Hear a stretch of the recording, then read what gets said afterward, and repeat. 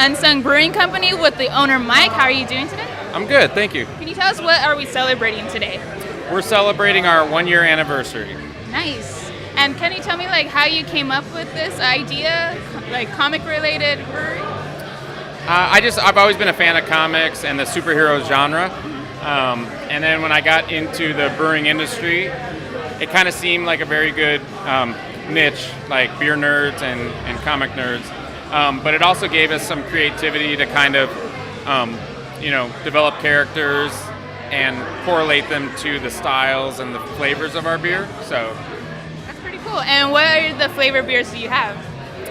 Well, we do like our hops, so we have a lot of IPA style beers. We also been doing lagers, but one of our beers, Propeller Head, is an amber with coffee. And it's interesting the way we, come up with the backstory of each character and each superhero. So we're starting to get into the villains, and we're hoping that year 2 brings a lot more of those types of characters. Nice. So will the villains be the more hoppier type of drinks? Or? They're more maltier, darker, roastier, been in a barrel for 12 months, higher ABV, a lot more stronger, and that sort of thing. All of our hoppy beers are female characters called Team Temporalis, because hops tend to diminish pretty fast in beer, so that's that one. But so we're just trying to have some fun. And what are the characters that you have developed here?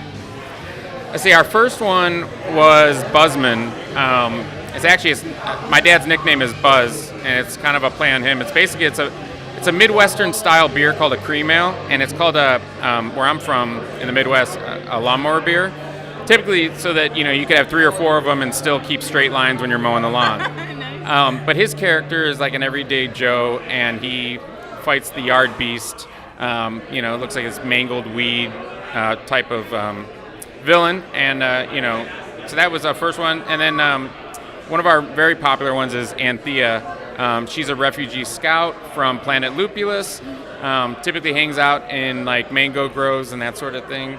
And the flavors of the beers, of that beer specifically, has very pineapple and mango tropical attributes. And you were releasing new types of beer today at your anniversary? Yeah, we are. We brought one back that was a favorite called Chocolate Snowball. It's an Imperial Blonde Ale, and we tried to make something that tasted like a sugar cookie, and then we added chocolate cacao nibs to it, so it's very much like chocolate cookie. And then some of the new ones, though, are our first boysenberry barrel-aged sour. And unfortunately, that's been tapped already and sold out. But now we have the raspberry one, which is going pretty well, and our apricot sour as well. Oh, nice. And what are your favorite comic books that got you inspired to do all this? I always liked Incredible Hulk and Spider-Man. Mm-hmm. And I could really read anything of that. And then I got into Spawn, where it started to get very, very more mature base with the comics. And nowadays, I don't have much time to read them, but I do try and keep up with a lot of my friends who still do take part in checking them out. So, did you enjoy Homecoming Spider-Man? I thought it was excellent. For not doing a back history type of story and starting kind of fresh, I thought he was excellent. I thought the writing was excellent. You got to remember, I'm 39, so the stuff that I was watching was Lou Ferrigno and Adam West. So to see these amazing movies and they're actually doing them right is music to my ears. And your brewery is also releasing a comic book, right? Yeah, today we just released it. It's part 1 of 5 called Shakedown on Earth, Charred. And that's another thing where we're able to kind of bring to life these beers and these characters and give them more of a personality. So myself and one of our employees, Spencer, came up with the storyline, and we found this really great artist who did the artwork out of Boston, and just kind of made all of our creativity come to life on the paper. So we're really happy, and so far it's been a really good response on it. Can you tell us a little bit about the story? Yeah, so it's focused on Anthea. She leaves her planet Lupulus and it explodes.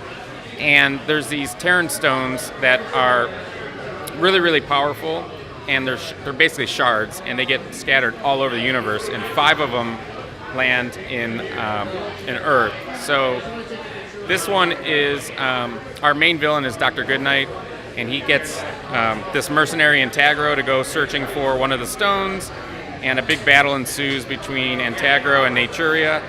Anthea comes in to kind of help save the day, and at the end of the comic, you end up finding out that he does find the stone and gets it to Goodnight, and Goodnight says, okay, here's your next mission, which will be part 2. So awesome. We're going to have to check that out and do a review on our show for that, for sure. Cool. All right, thank you so much.